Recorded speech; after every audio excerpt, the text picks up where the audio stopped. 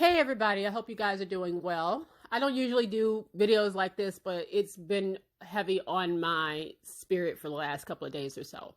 So, as you know, Monday, the nation commemorated and celebrated the life and legacy of Dr. Martin Luther King, who would have been 91 years old had he lived. He was actually born on January 15th, 1929, but of course the nation celebrates the Monday after. It's a federal holiday. And it's so interesting to sit and watch people kind of like tweet out his picture, they tweet his quotes, of course, the famous "I have a dream" speech. But as a former teacher, and I'm still an educator, I guess I'll always be an educator, it bothers me that this is what our children will be left with when it comes to Martin Luther King. Now, don't take that wrong. Please don't take what I'm saying wrong to you. What I'm saying is that people have whitewashed Martin Luther King Jr. They have whitewashed him into this guy that just had some kind of crazy dream, instead of telling our kids what he really was about when he died, which is economic freedom for Black folks. Go ahead and take a look at this video. Check it out, please. What is it about the Negro? I mean, every other group that came as an immigrant somehow, not easily, but somehow got around it. Is it just the fact that Negroes are black? White America must see that no other ethnic group has been a slave on American soil. That is one thing that other immigrant groups haven't had to face. The other thing is that the color became a stigma. American society made the Negro's color a stigma. America freed the slaves in 1863 through the Emancipation Proclamation of Abraham Lincoln, but gave the slaves no land or nothing in reality, and as a matter of fact, to get started on. At the same time, America was giving away millions of acres of land in the West and the Midwest, which meant that there was a willingness to give the white peasants from Europe an economic base.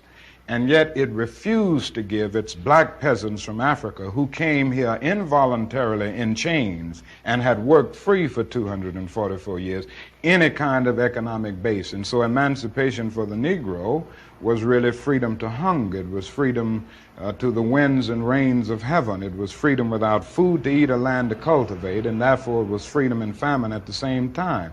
And when white Americans tell the Negro to lift himself by his own bootstraps, they don't look over the legacy of slavery and segregation. I believe we ought to do all we can and seek to lift ourselves by our own bootstraps, but it's a cruel jest to say to a bootless man that he ought to lift himself by his own bootstraps. And many Negroes, by the thousands and millions, have been left bootless as a result of all of these years of oppression and as a result of a society that deliberately made his color a stigma and something worthless and degrading.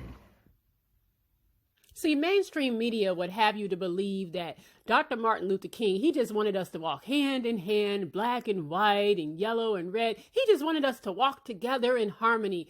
When he died, he was not docile, guys. But see, that's the image that white people feel most comfortable with, is the "I have a dream." They don't want to tell you that Martin Luther King was about cutting the check, and he understood that black people will never be able to be on a level playing field with white people, because our people toiled and built this country and was never given restitution for it.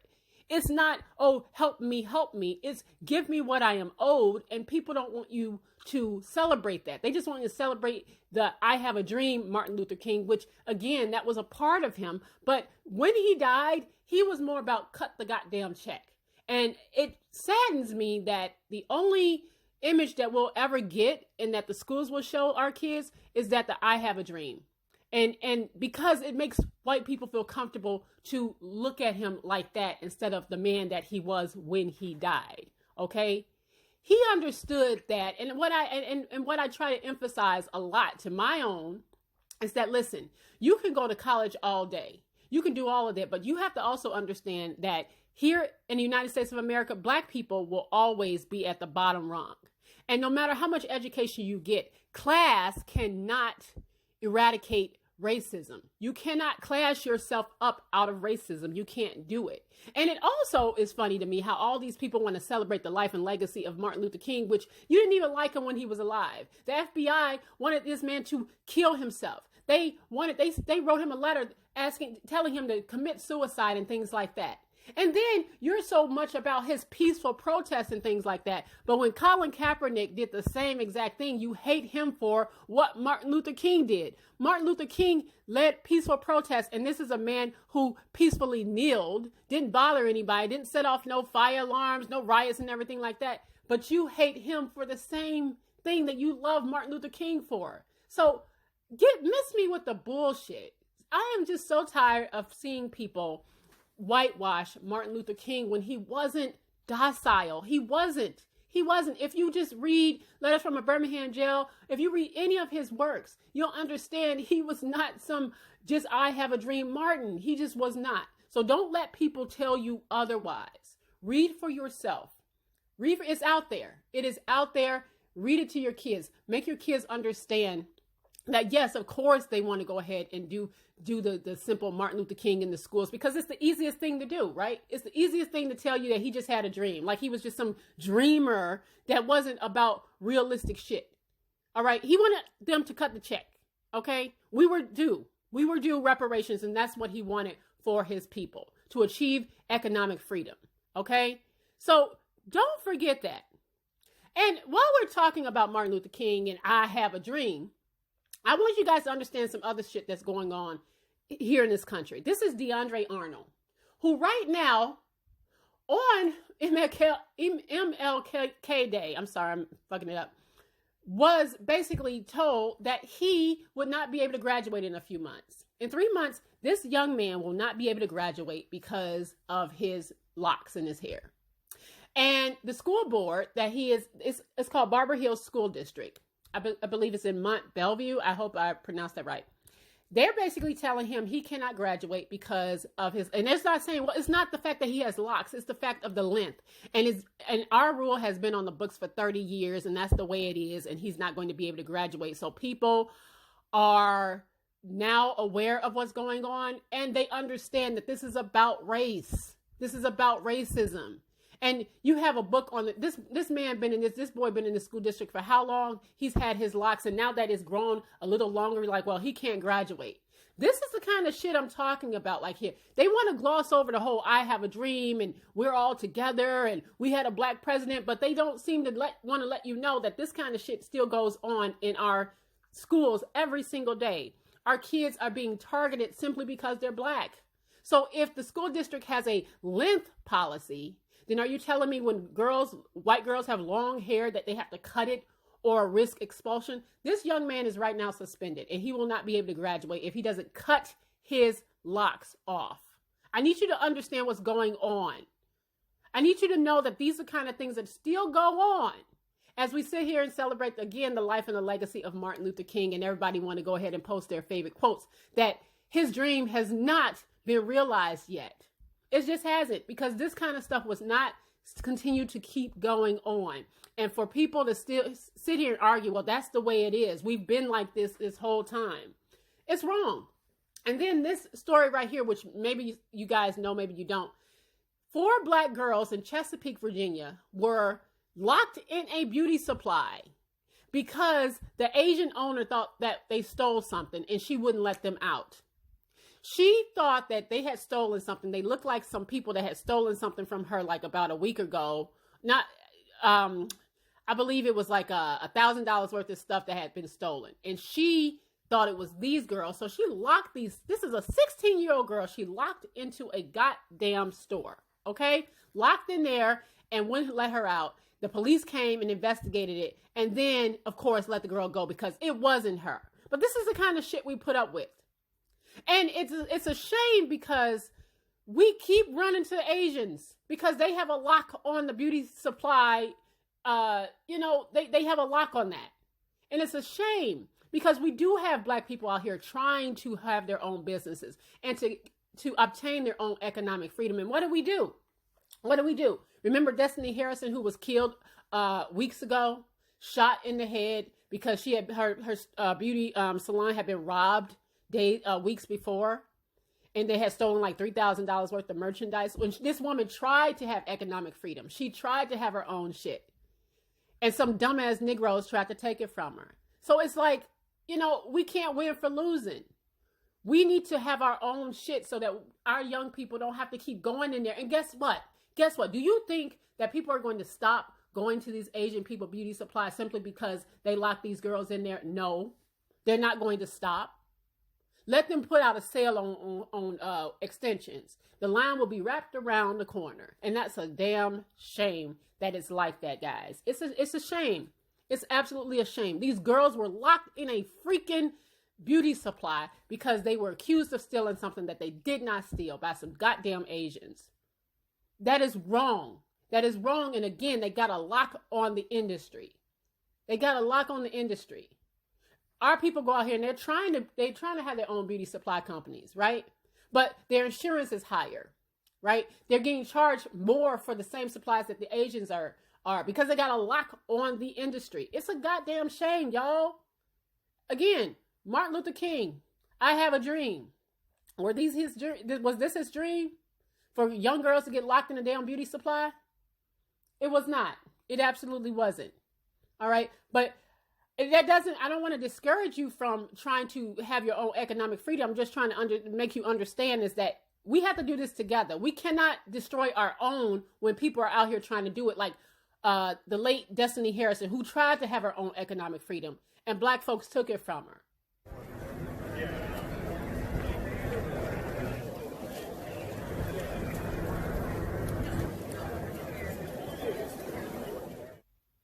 This is the last thing I'm going to leave you with on here. On Martin Luther King's birthday, they had some kind of gun rights rally in Virginia. Virginia been really tripping lately. All right. They got the locking the girls in the beauty supply, and they had a gun rally on Monday, the same day that we commemorate Martin Luther King's birthday. And I think to myself, white people just don't even realize how good they got it. Now, here you are having a gun rights rally because the Commonwealth of Virginia is simply trying to say, okay, we want to put some common sense gun laws in place. For instance, background checks, right? We want people, if we're going to sell people guns, we want to at least do a background check on, so we know who you are. We know your background. I think that's fair, right? Not having guns in public parks and things like that. These are the kind of laws that they wanted in place, guys. They wanted to limit the number of guns people could buy per month. They're just, again, very common sense laws. And these white folks got upset and they decided to march on the Capitol and express, but basically a bunch of whiny, bratty white guys decided, oh, don't take away my guns. You're trying to take away my guns, which again, they're not trying to take away your guns. They're just trying to put some common sense laws in place. But again, backed by the president of the United States, they feel like they have the right to, say you guys are taking away my guns. Now that's kind of interesting to me because what I know for certain, and I don't understand why the country doesn't get this. They just don't want to admit it. Gun control would be a whole lot easier and would be done in a lickety split. All right. If they would just follow the advice of some of us who have been saying this for a minute. All right. Now, let me give you a little history lesson. Back in around 1967 or so, the Black Panther Party marched on to the California Capitol steps and they were armed.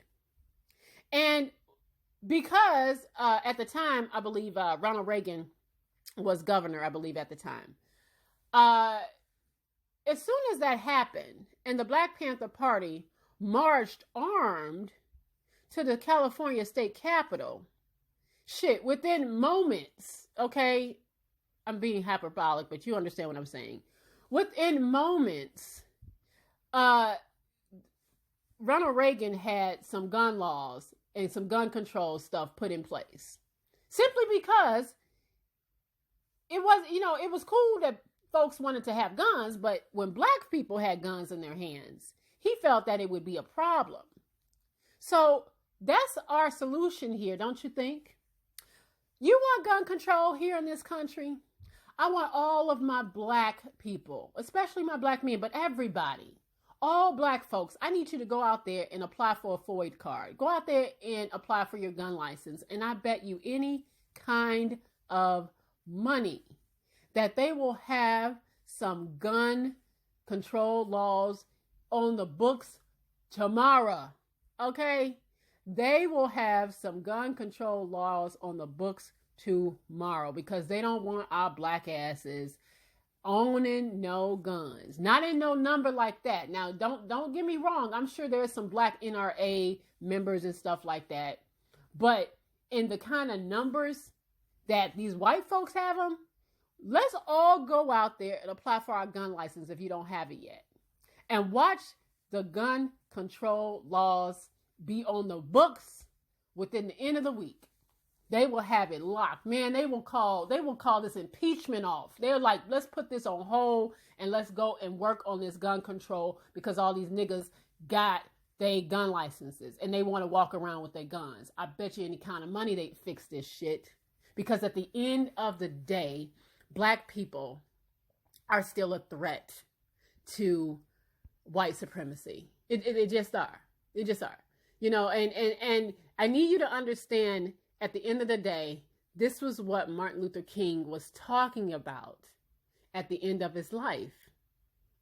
See, I'm not saying that all white people are racist. I'm not saying that at all. I'm saying that there is this understanding, and even though they don't want to admit it, that white supremacy still stands, and there are systems in place that will always keep black people way over here and white people up here. And even though people want to sit here and say, we want to be equal, everybody's the same. No, we're not the same.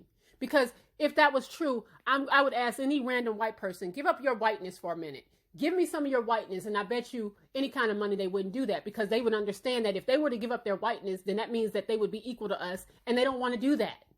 All right. And Martin Luther King understood that at the end of his life, which is why he was pushing for reparations, pushing for them to cut the check, because he knew that that was the only way to have some kind of freedom for black people was to be economically compensated for the toil and the labor of our people, of our ancestors. He knew that, but y'all don't want to teach that, and y'all won't teach that. So I'm asking all my folks, if your kids don't know this by now, let them know that.